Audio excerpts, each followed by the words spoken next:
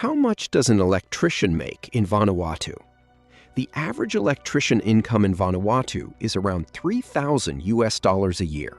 That comes out to roughly $250 each month before tax. If you work in Port Vila, the average electrician pay is higher at $3,500 a year, which brings home a bit more each month. Even though electrician wages outside Port Vila are lower, living there costs less, so your money goes further. Entry-level workers start well below this average electrician salary in Vanuatu, but pay goes up quickly as you gain skills. However, without moving into a supervisory role, your income will eventually plateau. Having a university degree helps you command higher pay, even if local jobs do not strictly require one.